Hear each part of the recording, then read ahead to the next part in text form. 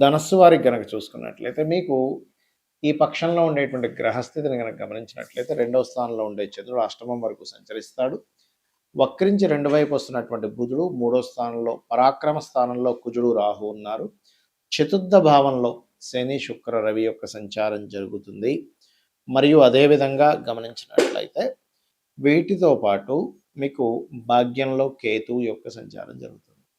ఈ యొక్క గ్రహస్థితిని అనుసరించి మీకు ఎలా ఉండబోతుంది, ఎటువంటి విషయాల పట్ల మీకు కలిసి రానుంది, ఏ దేవత ఆరాధన చేసుకోవాలి, ఇవన్నీ చెప్తుంది నేనైనప్పటికీ చెప్పిస్తుంది సాక్షాత్ లలిత అమ్మవారిగా భావిస్తూ.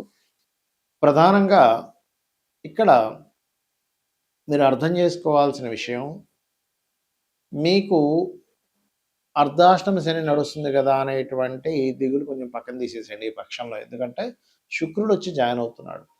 అయితే శుక్రుడు ఏంటంటే మీ పూర్వజన్మ కర్మకారకుడు మీ ధనస్సు వారికి. అయితే ఈ అర్ధాష్టమ శని యొక్క ప్రభావం శుక్రుడు వల్ల కొంత తగ్గుతుంది. అదేవిధంగా ఎప్పటి నుంచో పలానా ప్రాపర్టీ తీసుకోవాలి, వాహనం తీసుకోవాలి, గృహం తీసుకోవాలని ప్రయత్నం చేసేటువంటి వారికి చాలా బాగుంటుంది ఇప్పుడు. కాకపోతే ఏంటంటే మన కర్మలో ఉందేమో ఈ ప్రాపర్టీ తీసేయాల్సింది లేదా తీసుకోవాల్సింది ఉందేమో అన్నట్టుగా జరుగుతాయి కొన్ని విషయాలు 27వ తేదీ వరకు. ఇక మరొక విషయం ఏంటంటే ఈ మూడో స్థానంలో కుజరాహువులు ఉన్నారు కాబట్టి అన్నదమ్ములతోని లేదా అక్క చెల్లెళ్ళతోని మీరు ఏదైనా కానీ మాట్లాడేటప్పుడు కమ్యూనికేట్ చేసేటప్పుడు కాస్త జాగ్రత్తగా ఉండండి, గుర్తుపెట్టుకోండి.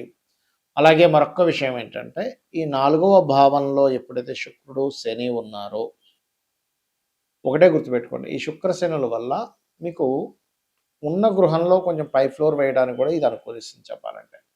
కాకపోతే కాస్త తండ్రి గారు ఆరోగ్య విషయం పట్ల కాస్త జాగ్రత్తగా ఉండాలి.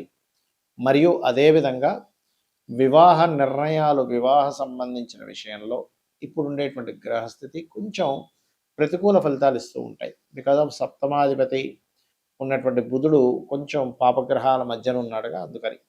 అంటే కొన్నిసార్లు ఎలా ఉంటుందంటే మనకు చూడండి, వివాహం విషయంలో అయ్యో ఈ సంబంధం తప్పిపోవడం మంచిదైంది అని అనుకునేటువంటివి కూడా వింటారు.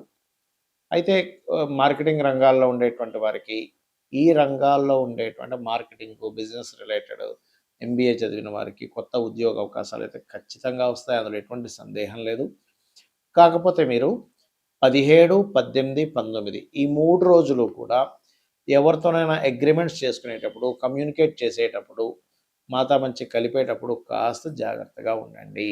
చాలామంది ఏంటంటే ఈ మనకు నెక్స్ట్ రాబోయేటువంటి ఉగాది విషయంలో కానివ్వండి, ఎందుకంటే మనకి పక్షంలో ఉగాది వస్తుంది కాబట్టి ఉగాదికి సంబంధించినటువంటి విషయంలో ఆదాయ వ్యయాలు, లేకపోతే రాజ్యభుజ అవమానాలు, ఏలినాటి శని, సర్పదోషాలు ఇవే చూసుకుంటుంటాం. అంటే కాలసర్పదోషం ఉంది కదా.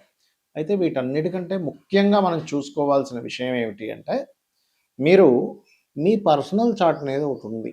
ప్రతి జీవి కూడా వాళ్ళ యొక్క పూర్వజన్మలో చేసిన పాపకర్మలు, మంచి కర్మలు, వాటి వల్ల చార్ట్ అనేది మనకి క్రియేట్ అవుతుంది. పర్ఫెక్ట్గా ఆ యొక్క సమయంలోనే ఆ గ్రహస్థితి ఉన్నప్పుడే పుడతాడు జీవుడు.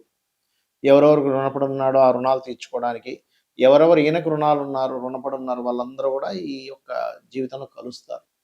అందుకని మనం ఏం చేయాలి, మన జన్మజాతకంలో లగ్నాన్ని ముందుగా పరిశీలన చేసుకోవాలి. అంటే మన లగ్నరీత్యా మనకి ఏ పూర్వజన్మ కర్మ వల్ల ఇది జన్మించాం. ఒక్కొక్క లగ్నానికి ఒక్కొక్క ఇది ఉంటుందండి. ఇప్పుడు మేషలగ్నం ఉందనుకోండి, వాళ్ళ పూర్వజన్మ కర్మ అంతా కూడా ఈ ఎవరికైనా అప్పులు ఇవ్వడం, తీసుకోవడం ద్వారా ఇరుక్కుపోతుంటారు. అది ప్రధానంగా చూసుకోవాలి. అదే వృషభం అనుకోండి, మీకు గురువులతో తెలియకుండానే గురువుల వల్ల యొక్క శాపం అనుకోండి, లేకపోతే అంటే ఏదైనా గురు సంబంధించినటువంటి దీంట్లో ఉంటుంటుంది వాళ్ళకి, వాళ్ళ లైఫ్ అంతా కూడా.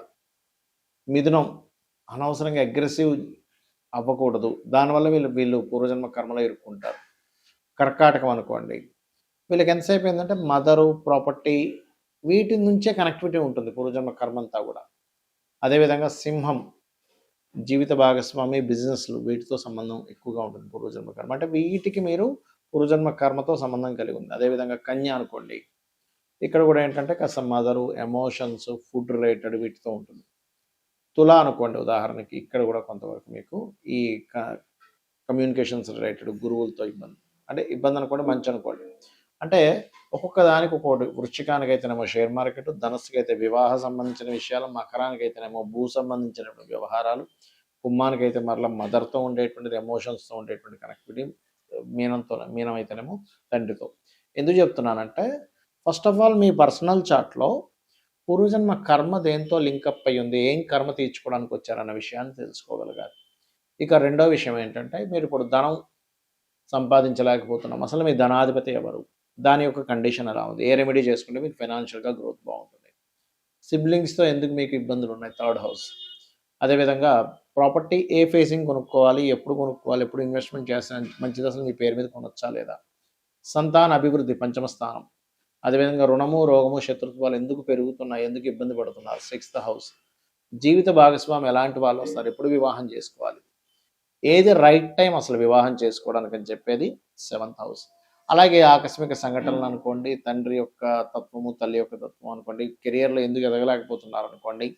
అదేవిధంగా బిజినెస్‌లో ఎదగాలంటే అసలు మీరు ఏ బిజినెస్ చేస్తే బాగుంటుందని, లేకపోతే విదేశాలకు వెళ్తే బాగుంటుందా లేదా, ఎప్పుడు ఇన్వెస్ట్‌మెంట్ చేయాలి, ఇవన్నీ కూడా మీ పర్సనల్ చార్ట్‌లో ఉంటాయి, గుర్తుపెట్టుకోండి.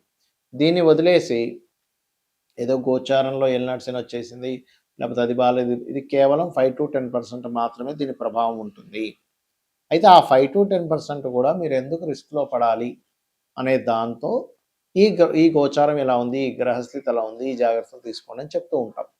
కానీ మీరు అర్థం చేసుకోవాల్సింది ఏంటంటే, మీ జన్మ జాతకము, మీ పర్సనల్ చార్ట్‌లో లగ్నం నుంచి 9 గ్రహాలు 12 భావాల్లో ఎక్కడెక్కడ స్థితి పొందాయి, దాని మూలంగా ఎలాగా. సరే, కొంతమందికి జాతక చక్రం ఉండదు, అప్పుడు ఏం చేయాలి?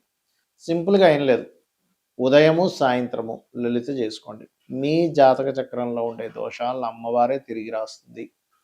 100% అందులో ఎటువంటి డౌట్ లేదు. ఎందుకంటే లలితా సహస్రనామాల్లో ఒక్క నామం పట్టుకొని మీరు రెగ్యులర్‌గా చాంటింగ్ చేసినా, ఆ ఒక్క నామము పూర్వజన్మల్లో ఉన్నటువంటి అనేకమైనటువంటి పాపాలని దగ్ధం చేస్తుందట. కాబట్టి ఇలాగైనా చేయండి. కనీసం శ్రీమాత్రే నమః. లేదంటే నాకు ఫైనాన్షియల్‌గా ఇబ్బంది ఉంది. ఓం సంపత్కరీ సమారూఢ సింధుర వ్రజ సేవితాయే నమః. హెల్త్ బాలేదు. ఓం సర్వవ్యాధి ప్రశమని సర్వమృత్యు నివారిణి అగ్రగణ్య అచింత్య రూప కలికల్మష నాశినే నమః. ఇలాగా ఒక్కొక్క నామాన్ని ఒక్కొక్క దీన్ని బట్టి మీరు చేసుకుంటూ వెళ్ళవచ్చు, గుర్తుపెట్టుకోండి. ఆ రకంగా ఏంటంటే ఎప్పుడైనా సరే ఒకటే గుర్తుపెట్టుకోండి. మీరు ఏదైనా ఒక నామం చేసేటప్పుడు పర్టికులర్‌గా ఏంటంటే మనసుతో చేయండి. ఇది నాకు ఖచ్చితంగా నన్ను రక్షించి తీరుతుంది, పూర్వజన్మ కర్మని తగ్గిస్తుంది అనేటువంటి మనసు దానికి కనెక్ట్ అవ్వాలి. మనసు కనెక్ట్ అవ్వకపోతే మీరు ఆ నామం చేసినప్పుడు రావాల్సినంత పూర్తి ఫలితం రాదు. ఇది గుర్తుపెట్టుకోండి. అలాగే ఇంట్లో ఉండే వాస్తు సంబంధించినటువంటి విషయాల్లో కూడా అసలు వాస్తుపరంగా ఎలా ఉంది? ఉత్తరంలో ఏమైనా బాత్రూమ్ లెట్రిన్స్ ఉన్నాయా? ఇంట్లో ఉండేటువంటి రంగులు ఏమిటి? ఇవి కూడా దీని ప్రభావం చూపిస్తూ ఉంటుంది. కాబట్టి ఇవన్నీ చేయండి, తెలుసుకోండి. ఖచ్చితంగా మీ లైఫ్ బాగుంటుంది. ఇవన్నీ శాస్త్రాలు, మూఢనమ్మకాలు కాదు. సో, కాకపోతే ఏంటంటే ఇప్పుడు చూడండి, మనకి డాక్టర్స్ కావచ్చు, ఇంజినీర్స్ కావచ్చు, లేకపోతే మనకి మెకానిక్ వెళ్తే బండి వెహికల్ చేసి రిపేర్ చేసేవాడు కావచ్చు. వాడు సరిగ్గా పూర్తిగా తెలుసుకోకపోతే ఏమవుతుంది? ఒకదానికొకటి చేస్తాడు. అలాగే శాస్త్రాన్ని పూర్తిగా తెలుసుకునే ప్రయత్నం చేయండి. శ్రీమాత్రే నమః.